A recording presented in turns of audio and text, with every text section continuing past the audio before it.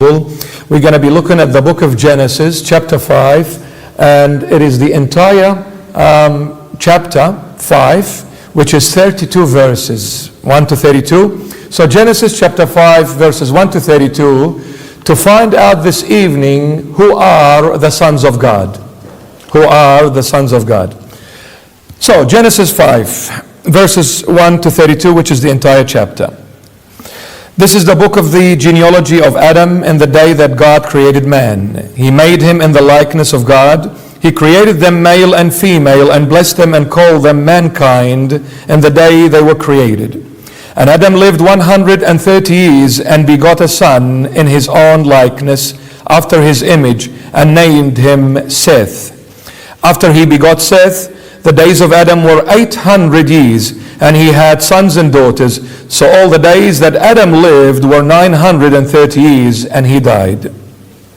Seth lived 105 years and begot Enosh. After he begot Enosh, Seth lived 807 years, and he had sons and daughters. So all the days of Seth were 912 years, and he died. Enosh lived 90 years and begot Canaan. After he begot Canaan, Enosh lived 815 years, and he had sons and daughters. So all the days of Enosh were 905 years, and he died. Canaan lived 70 years and begot Mahalalel. After he begot Mahalalel, Canaan lived 840 years, and he had sons and daughters. So all the days of Canaan were 910 years, and he died. Mahalalel lived 65 years and begot Jared. After he begot Jared, Mahalalel lived 830 years, and he had sons and daughters. So all the days of Mahalalel were 895 years, and he died. Jared lived 162 years and begot Enoch. After he begot Enoch, Jared lived 800 years, and he had sons and daughters.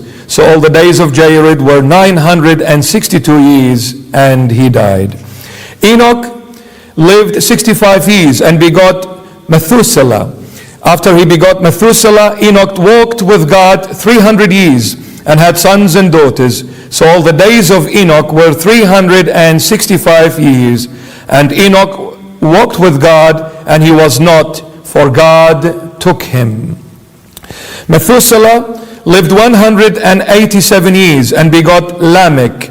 After he begot Lamech, Methuselah lived 782 years and had sons and daughters. So all the days of Methuselah were 969 years, and he died.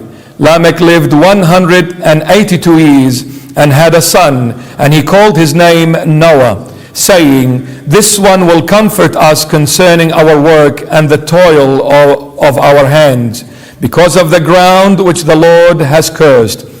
After he begot Noah, Lamech lived 595 years and had sons and daughters. So all the days of Lamech were 777 years, and he died. And Noah was 500 years old, and Noah begot Shem, Ham, and Japheth. Shem, Ham, and Japheth, and all glory to our Lord Jesus Christ forever and ever. Amen. One of the reasons and the main reasons why our beloved Christians and sometimes non-Christians, when they come to read the Holy Bible, they avoid the Old Testament for the very reason of tonight's topic. Because when you read the Old Testament, you say, "I understood zilch. All I was reading and hearing were names of places and very difficult names to pronounce, let alone to write. So therefore, why am I wasting my breath and my time and getting myself a huge headache where I'm understanding nothing? I'm going to just go for a drive in my Ferrari and all the way to St. Thomas of the St. Matthew of the New Testament, and it's a much easier language where I can relate to it. When the Lord Jesus says, "And a sower went out to sow some seeds, and some fell on the side of the road, and some fell on solid, rocky ground, and some fell in the midst of thorns, and some fell on good soil." Man, now you're talking, brother. This is my language. What is this? Genesis 5. But when you go into the depth of the Old Testament, you will find nothing but absolute precious pearls and stones. 32 verses of chapter 5 of Genesis to teach us who are the sons of God. All these names. Our father Adam and our mother Eve, they had two sons. The first one was Cain, the second one was Abel. Cain got up and killed Abel out of jealousy. He killed Abel, and then the Lord God blessed our father and Adam and Eve and mother Eve, blessed them with another child that replaced Abel, that was killed by his older brother. And that brother, that son that was given to them that replaced Abel was Seth. Seth is mentioned in the genealogy of Adam in Genesis 5. From Seth to our father Jacob. Jacob was the son of Isaac. Isaac was the son of Abraham. Abraham, Isaac, and Jacob. So from Seth, who replaced Abel, or he came after Abel, to Jacob, all these descendants of Seth to Abel, they were called the sons of Elohim, or in Aramaic, Elohim, the sons of God. They were called the sons of Elohim, or Elohim, the sons of God. Now, the descendants of Cain, the one who killed his brother Abel, the descendants of Cain, they were called the sons of men. The sons of men. So there was the sons of God and the sons of men. Now, our topic is about who are the sons of God. But before we go into that, we need to look at who are the sons of men. They are the descendants of Cain. They are the ones who forgot God. In the Arabic language, or even actually not the Arabic only, but rather in the Aramaic language, the word man, we call him Barnasha. Barnasha. Bar means after, to come after. To come after someone else. Bar. Nasha. Nasha means Nishyana. This is Aramaic. Nishyana means forgetfulness. So who is the son of man? He is the son of forgetfulness. We forget. We say things, after a little while we forget what we said. True or not? Can you remember what you said exactly a year ago? No, I forgot. Not a year ago, Marmari, come on. 5 minutes ago I forgot what I said. So we are the sons of the forgetfulness. Now, the descendants of Cain, they were called the sons of man because they forgot God. But the sons of God are the ones who did not forget God. Now, since the descendants of Cain forgot God, what happened? Trouble came out of them.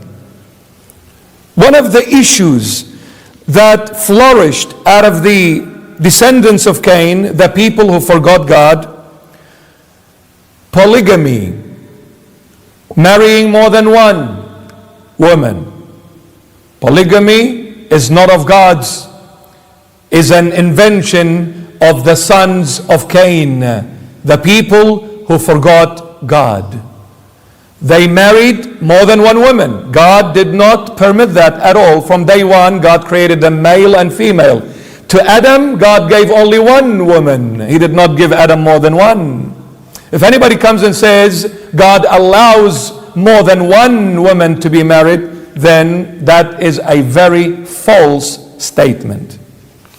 Now, polygamy came, drinking and dancing and weaponry came out of the descendants of Cain, the seventh generation to Adam, called Lamech. And the name Lamech is also appears in the descendants of the sons of God. There is one Lamech in the sons of God's genealogy, and there is another Lamech, two different people, in the genealogy of Cain, the people who have forgotten God. The descendants of Cain, for the first time ever, from our father Adam till Lamech, for the first time Lamech marries two women. He breaks the law. His daddy Adam, one. Everyone that came after Adam, one. Lamech decided to say, to change the rules, and he said, I want to marry two. I feel like having two women. Because he broke God's word. Now this Lamech is from the descendants of Cain. Because he broke God's word and married two women, one woman gave him a son, and the other woman gave him another son. One son invented drinking and musical instruments. And with the musical instruments, there is singing and dancing. And with singing and dancing, the cousin of that is drinking. The other son invented the sword weapon. I'll ask you this. In the world, what do you see? Only two things. If the world is not fighting, they are singing, dancing, and drinking. And if they are not singing, dancing, or drinking, they are fighting. Is there anything else in the world? No. It's either war or dancing and drinking. Isn't it true? Isn't it true? Yes, that's the world. You go out downtown to the city, what do? Sing and dance. You go to Afghanistan, you carry a weapon and you shoot people. That's what the world is. That's what the descendants of Cain are. The world are the descendants of Cain. Nothing else comes out of him. But look at the descendants of God, of Seth, the children of God. The sons of God are 10. In these 32 verses, there are 10 names mentioned. And in these 10 names, we're going to see in each name a characteristic of what a son of God should be. In each name, we need to look at each name, what the name carries, to reflect what kind of a characteristics should there be in someone professing Jesus Christ, his Lord or her Lord and God and Savior. What you should be and how you should live. Let's look at the first name out of these 10. The first name is Adam. Can we go to verse 1, please? Look at this. This is the book of the genealogy of Adam. And the day that God created man, he made him in the likeness of God. So Adam was created in the likeness of God. But let's go to verse 2. He created them male and female and blessed them and called them mankind in the day they were created. 3. And Adam lived 130 years and begot a son in his own likeness and his image. And that son was what? Seth. Adam was created in the image and likeness of God. Seth was begotten by Adam in the image and the likeness of Adam, not God, the Bible says. Adam in the image of God, Seth in the image of his dad Adam. A question now rises. If Adam is the image and the likeness of God, and Adam gave birth to a son, begot a son, shouldn't that son be the image and the likeness of God? Since Adam is the image and the likeness of God. But the Bible says Seth is the image and the likeness of Adam, not God. Why? Because all of us were born outside the Garden of Eden. In the Garden of Eden, it was Adam and Eve. But after Adam broke God's word, that image became blurred, became defamed, became stained. And since Adam and Eve were kicked out, all of us, including Seth and everyone else, was born outside the Garden of Eden. Since we were born outside the Garden of Eden, since the image of God was stained by Adam, then whoever Adam had begotten, that image became the image of Adam, not God. because we were born with the stained image, not with the perfect image which God had created Adam in the first place. I hope you're with me. I'll give you an example. You take a stamp, any stamp. When it's perfectly made and you start stamping, the stamp comes out perfect. You take a knife or a screwdriver and you wreck the stamp. Every single stamp you make after that, it will be wrecked, because it's going to be exactly the image that you have made it. So when you wrecked it, the image became wrecked, then any other copies after that are going to all be wrecked. We inherited from Adam the stained image of me, the I am. This is what I inherited from my father Adam. Prior to breaking God's word, Adam did not have the I am in him. The I am of Adam was God. But after he broke God's word, he said to God, from now on, it is me, not you. Because God said to him, don't eat from this tree. And he ate. So what was that telling God? He was saying to God, you said, God, don't eat from it, but I say I'm going to eat. So on the moment of Adam eating from the tree, something was born in him called the I am. Moi. This me, I have inherited from my daddy Adam. And I've said it so many times, and I'll say it again. When a husband and wife, when people in a couple get married and have children, the first child comes, so spoiled, man. He is from one hand to the other, from one place to the other, from one person to the other, between mom and dad, between every family member. And then the second child comes. The second child comes, mommy carries the second child and put the second child on her lap. The first child sees the sibling has taken their spot. World War III erupts. You get off my mommy's lap. How dare you take my spot? You are still a little baby. Why are you fighting? Because the I am is so powerful in me. This is what I inherited from my father Adam. Adam is the first name. Now the word Adam, what does it mean? This is all Aramaic Hebrew words. All these names that we've read, they are all Hebrew Aramaic. So Adam means Iddamta in Aramaic. Iddamta means literally red mud. Red mud. Dam means red. Iddamta means red mud. So Adam is the red mud. What is that telling me? What are the characteristics of someone that is called the Son of God?